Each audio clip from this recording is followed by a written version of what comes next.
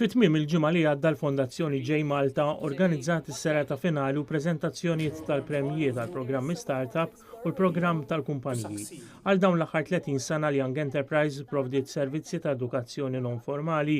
Illum Young Enterprise toffri 9 programmi differenti għal studenti ta' etajiet varji. Permezz tal-Young Enterprise studenti jitgħallmu kif idea ta' negozju jibdluha minn idea għal kunċett sakemm il-prodott isir realtà u dan billi l-istudenti joħolqu kumpanija u jħadmuha huma stess. Il-kumpanija Evolveco minn San Luigi rebħet il-Jaye Malta Company of the Year Award għal programm dwar il-kumpaniji. Grazzi għal dan ir-riżultat issa Evolveco se tkun qed tipparteċipa fi sfida Ewropea f'Belgrad fl-Ulju li ġej. F'din il-kategorija fit-tieni post spiċċaw il-Group Phase u fit-tielet post spiċċat Samsara. Il-kumpanija Seluna rebħet il-kategorija Jaye Malta Startup Company of the Year for the Startup Program.